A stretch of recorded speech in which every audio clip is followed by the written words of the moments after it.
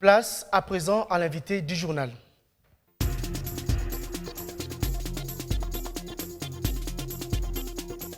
Nous recevons le pasteur Israël Ntsembe Loyela de l'église Arche de l'Alliance située à Massina. Il s'agit de la première extension de l'église La Bande de l'UPN.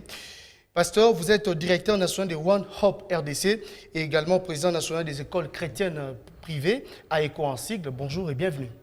Bonjour frère Félix. Alors, avec vous, nous allons parler de One Hope. Cela fait exactement 10 ans depuis que ce projet existe. Quel bilan établissez-vous, pasteur? Mais avant d'établir les bilans, nous voulons parler d'abord de One Hope. One Hope, c'est en anglais, ce qui veut dire un seul espoir.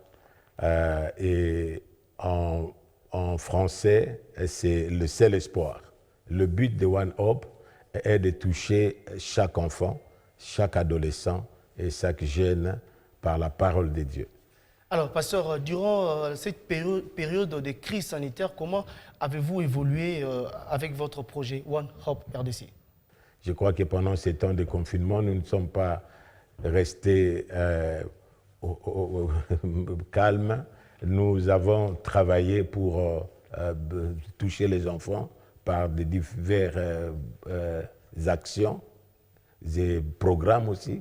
Et comment nous avons fait? Nous avons les Bible App qui est le Bible pour enfants.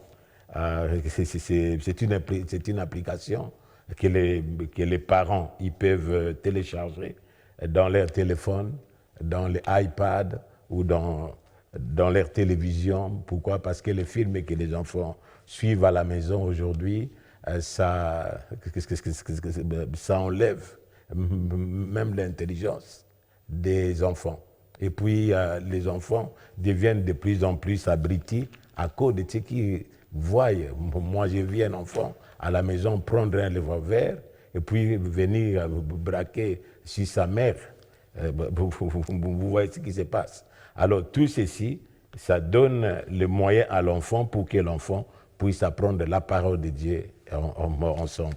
Et puis, il y a d'autres programmes qui sont des films que nous donnons. Et puis, il y a aussi des cellules, des 20, des E12 et des clubs de vie que nous touchons les enfants. Alors, en parlant de programmes, est-ce que vous pouvez éclairer quand même l'opinion sur le programme que vous établissez par rapport à ces projets? One Hope, normalement, a plus de 300 programmes. Mais ici, en RDC, nous utilisons seulement 9 programmes.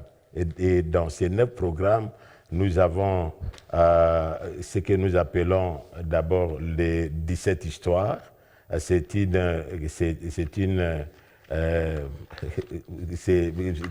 la parole de Dieu en image. Quel que soit un enfant qui ne sait pas lire, un enfant qui n'est pas scolarisé, il peut prendre ça et puis il y a comme des cartes. Il peut couper une carte comme là, il coupe une carte de la Genèse jusqu'à l'Apocalypse, jusqu'à ce que l'enfant prenne la décision de Jésus-Christ qui est mort pour lui à la croix. Pouvez nous dire quelle tranche d'enfants vous ciblez à travers votre projet? Bon, vous savez, non pas seulement les enfants, mais nous touchons d'abord l'enfant. Pourquoi? Parce que, comme vous voyez dans l'histoire, hormis Adam et Ève qui sont venus dans ce monde adulte, tous nous entrons dans ce monde comme enfants. Même Jésus-Christ est venu dans ce monde enfant. Il y a aussi un homme de Dieu qui s'appelait Ignace de Loyola, le père des Jésuites, qui a dit ceci: donnez-moi un enfant à bas âge, à 4 ans, ou bien à 2 ans, et venez le reprendre à 12 ans. Je ferai de lui un véritable catholique. Pourquoi? Parce qu'il savait qu'à l'âge de 4 ans, c'est l'âge de la formation de la personnalité d'un enfant. L'enfant, sa personnalité est forgée à partir déjà de 3 ans, de 3-4 ans. C'est pourquoi nous touchons l'enfant, parce que ce qui sera demain est déterminé de ce que l'enfant est aujourd'hui. Dans quelques heures, ça sera la levée de l'état d'urgence sanitaire. Est-ce que vous avez un message particulier à lancer à tous vos abonnés qui s'intéressent ou qui voudraient s'intéresser à ces programmes? Bon, si nous terminons les confinements, ce que nous pouvons lancer aujourd'hui, c'est nous travaillons avec des églises et nous travaillons avec des organisations qui travaillent avec les enfants, les adolescents et la jeunesse. Et ce que nous pouvons lancer comme message, c'est de leur dire que nous voulons nous occuper de nos enfants aujourd'hui. La rue n'a pas fait des enfants, parce que Dieu lui-même appelle les enfants dans Lamentation 4, l'or. L'or est dans le coin de la rue. C'est que comme l'or est dans le coin de la rue, nous voulons toucher les enfants scolarisés, les enfants non scolarisés et ceux-là qui viennent dans l'église. Vous savez qu'à l'église, on est là combien d'heures? On est à l'église 3 heures seulement. Et puis à l'école, on est là 6 heures.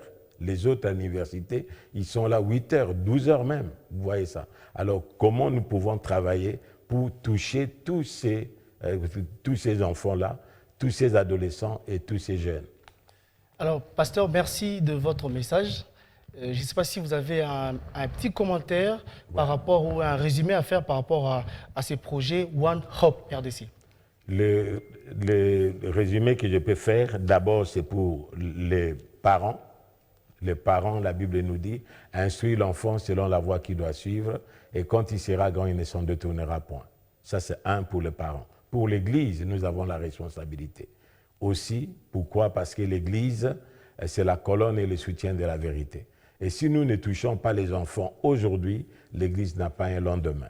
Et la nation aussi n'a pas un lendemain. Nous devons instruire les enfants selon les valeurs que nous trouvons dans la parole de Dieu. Et ces valeurs sont les valeurs de la vie, la pureté et la corruption, le seul vrai Dieu et les vérités absolues. Ce sont des questions fondamentales que nous devons donner à nos enfants. Nous devons les donner à bas âge pour que ces enfants, quand ils seront grands, ils ne s'en détournent point. Pasteur, encore une fois, merci pour votre message. Merci beaucoup, frère Félix.